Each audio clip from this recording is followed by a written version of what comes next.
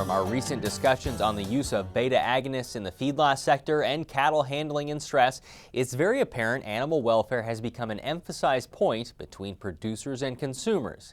Karen Genswein is a research scientist in beef welfare and behavior with Agriculture and Agri-Food Canada. At a recent beef nutrition conference at the ARDC in Meade, we sat down with Karen to discuss her research on animal welfare and first asked her how animal welfare should be defined.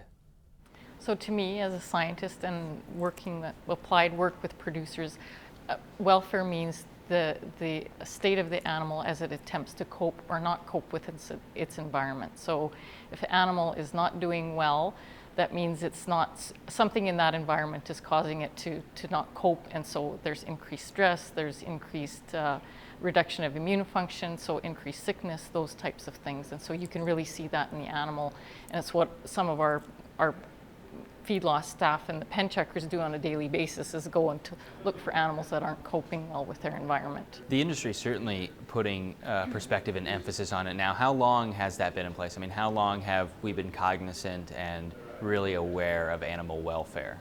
I would say so. I'm dating myself, but I got 17 years ago when I got my PhD, it wasn't on the radar, not like it is today. So I would say over that 17-year and more so in the last 10 years, it's really grown. The industry is very cognizant of it. Sometimes they don't always know how to handle it or how to deal with it, how to look at it or measure it or get to it, or what issues are the pinpoint issues for consumers, but they're really starting to now. And they now come to me saying, Karen, can you help us on these issues, and we need to look into this more. And so it's really improved over that time. So how do you measure it as a scientist? How do you measure animal welfare? Yep. There's mainly two ways, well, only two ways that I know of and that I use daily in our research facilities and trials. So we look at the behavior of those animals and we look at the physiology of those animals. And we usually should always look at the combination of those. So I'll give you an example of behavior. We can look at things like their standing and lying and walking, what their time budgets during the day. If you're looking at a stressor like dehorning, for example, you could look at comparing how much the animals shake their head before and after the procedure as an indicator of pain, for example. And then you would pair that with physiological measures such as cortisol, which is a stress hormone.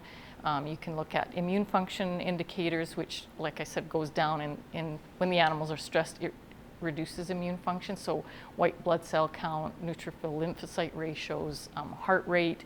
Depends really, you have to match the measurements, so the behavior and physiological measurements, to what type of stressor or pain you're looking at. You mentioned dehorning. What are some of the other major welfare issues that you're currently looking at? Right, so I kind of put them into categories. So those that cause pain, so castration, dehorning, tail docking, if that doesn't happen much in the beef industry, but those are some of the things we could look at.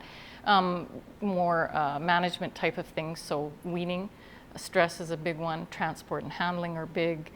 Lameness now I think we really need to look at it. It's obviously been viewed as much more of a dairy issue, but as we look into the feedlots, we see a lot of lameness, and so we need to kind of have a better handle on that. And then environmental factors, so how our housing, how our weather conditions, so heat and cold stress, mud conditions in the feedlot, those would be the major concerns. What are the advancements that the industry has made, whether it be in those areas or other areas when it comes to welfare? I think there is a lot of emphasis on improved handling, and mostly, I mean, I think if the producers have the education, we can extend that information back to them. They do adopt it. I think there's a lot more producers that are asking me about pain mitigation and wanting to incorporate it into their management. So I get a lot of calls from cow-calf people saying, look, you have, what drugs do I use? When do I give it? So I think that the adoption of those things are really starting to take place now, and I see a large turnover with kind of the newer generation of producers, and the progressive producers are really trying to incorporate some of those things. Does technology help at all? I mean, is there any role that technology plays in animal welfare? So we have, I'll give you an example of, we have a GrowSafe system, so that's a feed bump monitoring system. It allows us to look at acidosis and subclinical acidosis in our feedlots, and so that has allowed us, and I mean, it's a research tool, but commercially they do have that system available if there's somebody available that understands how to look at that data and to manage those animals on different types of feed and so on, and how to, you know, better improve the health of those animals, reducing subclinical acidosis and digestive disturbances with that kind of tool.